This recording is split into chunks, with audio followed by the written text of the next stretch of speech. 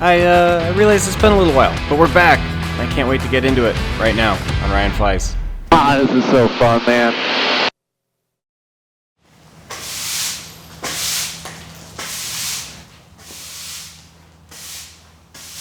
All right, before we kick this one off, I just got to say thank you to all of the people who had so much nice things to say, all the congratulations, and I knew you could do it. I didn't even know I could do it. I mean, I hoped I could do it, but I didn't know I could do it. Thank you from the bottom of my heart. It meant so much to me to see everybody just wishing me on and just wishing the best for me. It was almost as emotional to fly the dang thing as it was to read all the comments. So thank you. Now, for those worried that the building has stopped, as I promised, it has not. We're going to get into that in a second. But before that, to the few that were complaining about the music, you might as well tune out now because you're going to fucking hate this one.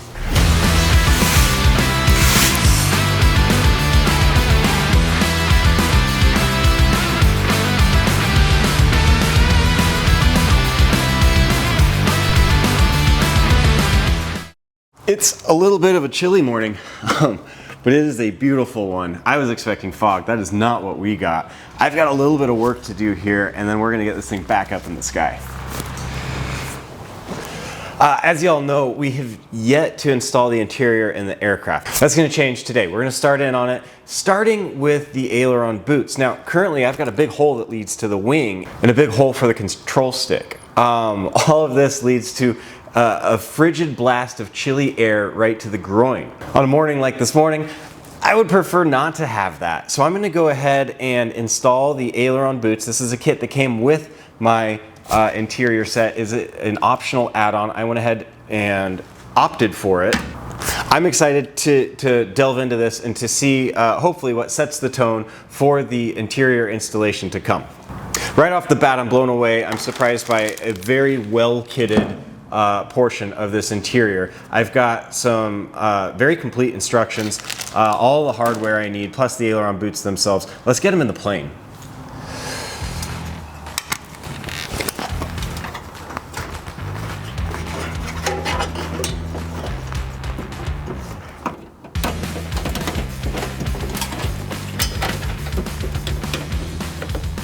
It's wildly simple. You get the little mounting ring inserted between the rib and the side skin. There's a flange that goes in there.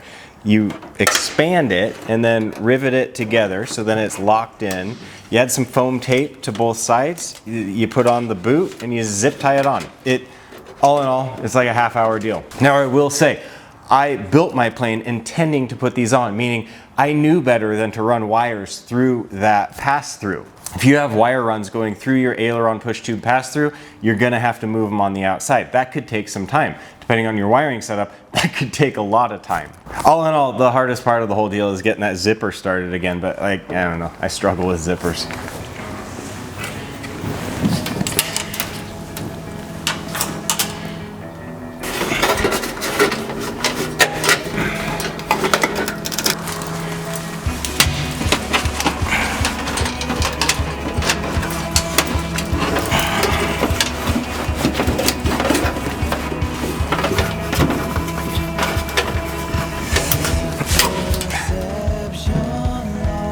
I'm gonna get the interior patched back together and I don't know, maybe take a short flight before we continue the interior installation here on the plane.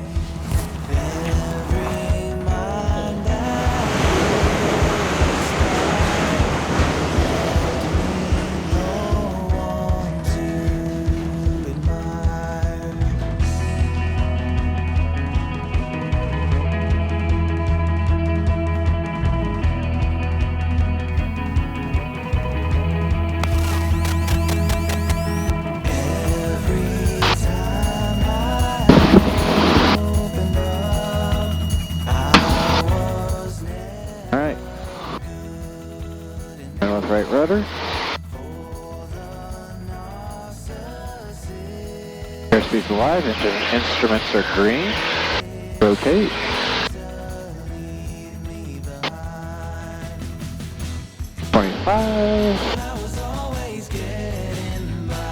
Get instruments still looking great. Traffic V45, Romeo Whiskey, turning left crosswind, runway 02, Twin Oaks.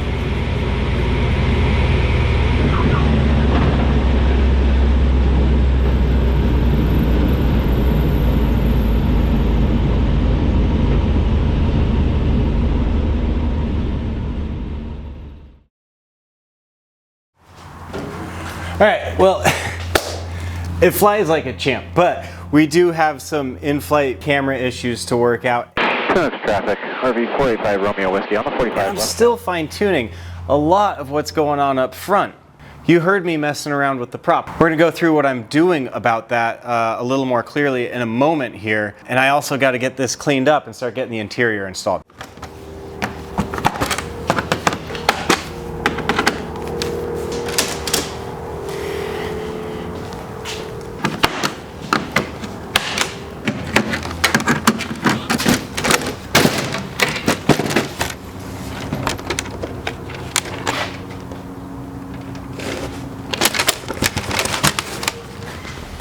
All right, it's time to tinker a little bit here. I have mentioned that I have a number 2 cylinder that's a little warmer than the others, and us airplane people apparently like all of our cylinders to be the same because we're neurotic. So in an effort to get that more in line with the rest, I have gone through and addressed some baffling concerns I had. I redid all this forward baffling, which still isn't ideal, but it's sealed much, much better. But I'm still running a little high on that cylinder. Now, one of y'all mentioned I've got to make sure that there's an adequate gap in front of that cylinder, sometimes requiring a washer to be slid in that forward baffle. Well, I think this is exactly what's needed. In fact, when I installed this baffle, it fits really snug up to that cylinder, and I was so impressed with how well it fits, but that perfect fit doesn't allow for any air to get through on the front side of that cylinder, which can elevate temperatures. Now, I've got a screw in here that has some washers on the front. I'm simply going to flop one of those to the back side of that forward baffle brace, which should allow for an adequate gap for air. We're going to flop it and take this thing back up in the air and see if it made any difference.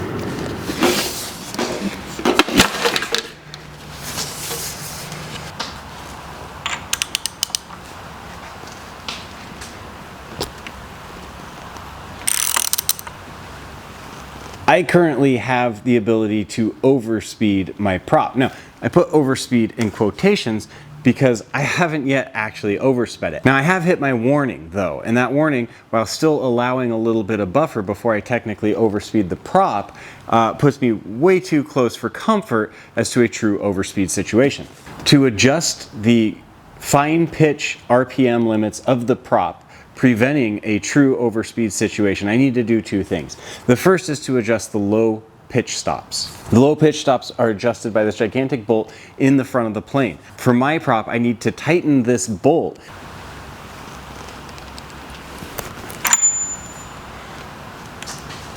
An important note, for my prop, the Whirlwind 330 series, it can take 3 or 4 spins of that bolt to get it set where you need. Each rotation equates to about 90 RPM on those low pitch stops.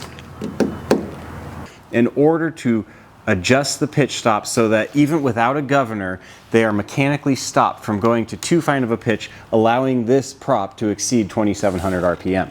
All right, let's pull this monologue over before I share too many falsehoods online. You see, what I was reciting here was what I read online and what I was led to believe, but it turned out that this is not how reality worked out, at least for me. I cranked on this bolt in order to try and prevent my prop from being able to be oversped in flight, but as a result, what happened is my static RPM, and thus my takeoff RPM before I had some airspeed, dipped far too low. In fact, you can see here in this footage, I was not getting near the RPM I should on takeoff, meaning I'm not getting anywhere near full power. It turns out my low pitch stops in this bolt at the front of my plane was set just perfect, right at about 2,600 RPM. And what I needed to adjust was my governor. My governor was allowing for my pitch to get too fine and thus my prop to overspeed potentially. Now, how does this bode for everything I read online saying that you can save your prop by setting your low pitch stops such that if your governor were to fail, your prop would be mechanically prevented from an overspeed situation?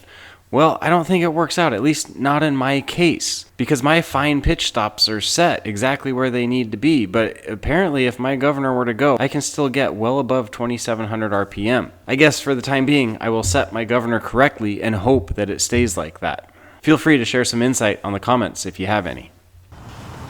Now, you don't want to rely on those low pitch stops as an everyday full fine pitch stop. In fact, that's what your governor should be doing. They are a fail-safe, but in order to get them set right, we need to address them first.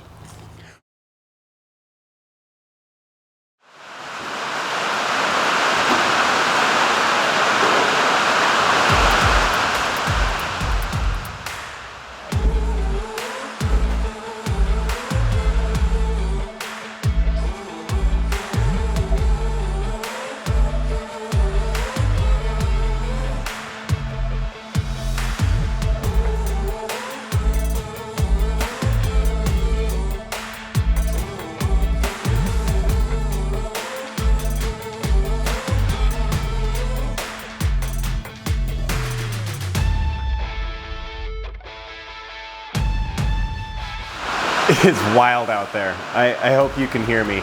I can't hear anything in here. I can't even listen to music. Not that I would anyways, because y'all ruined that for me. After the install of the aileron boot fairings, those things work fantastic. The cockpit is so much less drafty. I'm not getting a blast of cold air from the wing. It really, like, top notch. Gotta have those in your plane. The next thing you gotta have, I believe, is this glare shield up on the dashboard. I was warned during my inspection that that skin can take your head off. For the first flight, I tried having a piece of rubber over that just for protection. That was recommended by the DAR. Unfortunately, it kept falling off as I was getting in and getting situated in the cockpit. I wound up tossing it aside. I want to get some protection on there as soon as possible. I've got this nice padded glare strip that's going to go in. We're going to see if this is packaged and presented as well as the aileron boots. I'm going to dig into the instructions.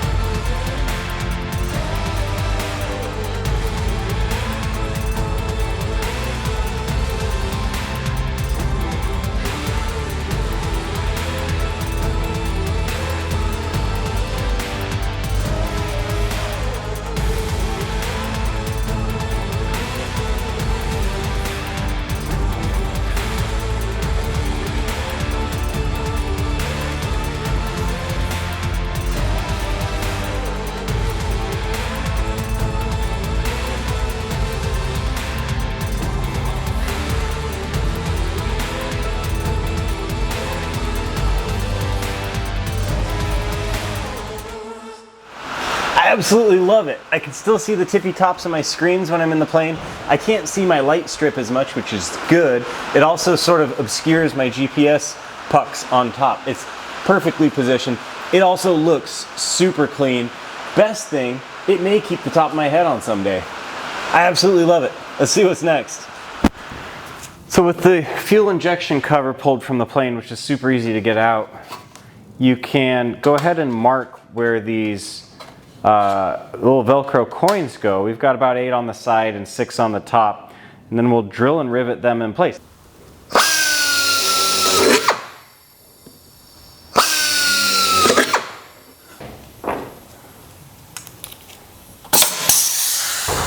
Then all this can go back in the plane with carpet attached. It excites me that the piece Vans calls a doghouse looks like a Dalmatian.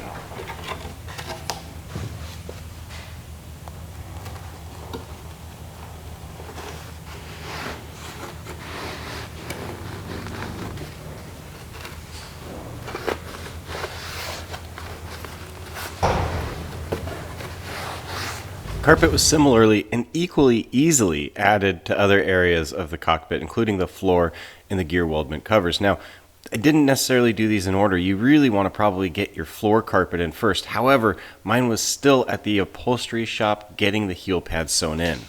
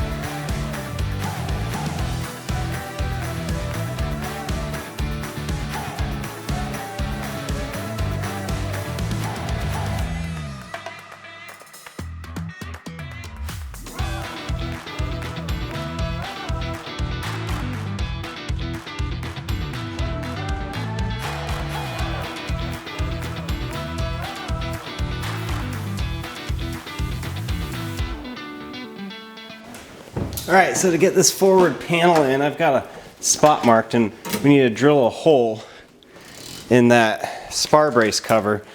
I got a high-tech painter's tape drill stop here to keep me from poking a hole straight outside here.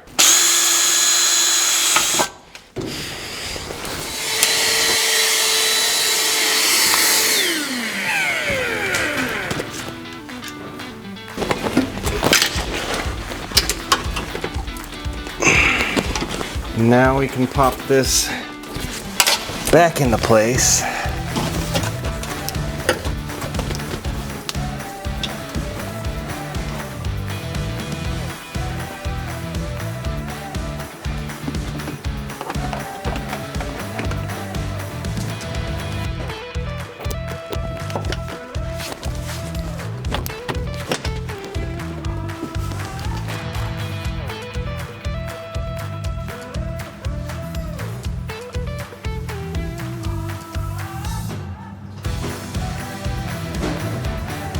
But I've got pockets for like snacks. I can keep magazines and pretzels and shit, man.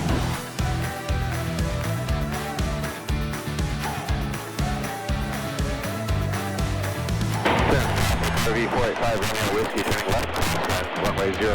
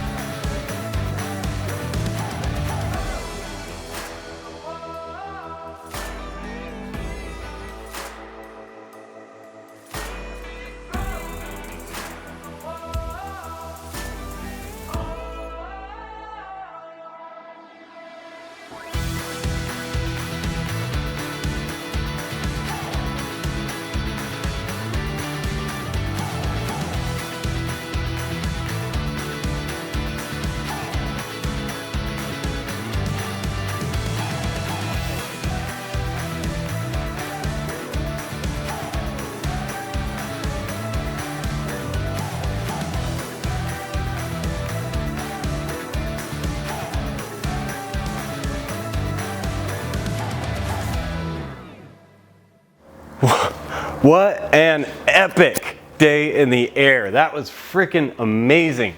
I went out, I could go wherever I wanted. There's some happy little poofy clouds, but nothing to worry about. We went out to the coast, we ripped down the coast. I had a landing at Corvallis, my first there.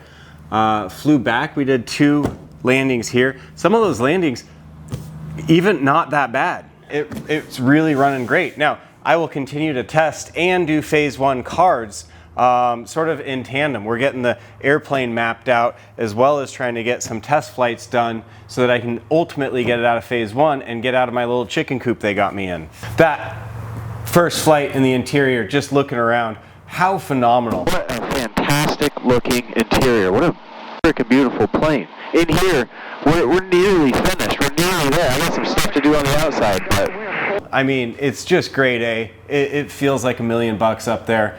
I can't wait to get the rest of it in, but just looking around, seeing an interior that's nearly there, it is so cool. It is such great craftsmanship, and installing it has, it's just been fun. It's been pretty lighthearted fun compared to some of the building tasks that this project has provided. All right, I gotta get the airplane cleaned up and I gotta get home.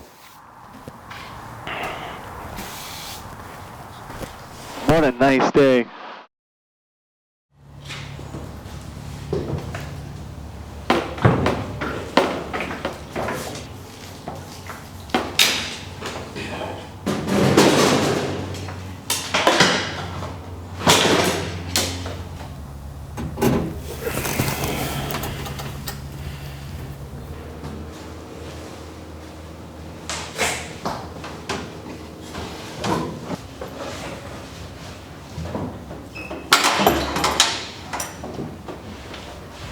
The remaining interior installation proved to be just as well laid out as what I had gone through to date. The rear carpet and baggage panels went in with a lot of Velcro, a little bit of rib nuts, and some extra additional fasteners. It's securely held, but won't take you forever to get out in the case of an inspection, an annual, or some sort of repair if it's ever necessary. The panels, while being really quality materials, are extraordinarily lightweight and well secured.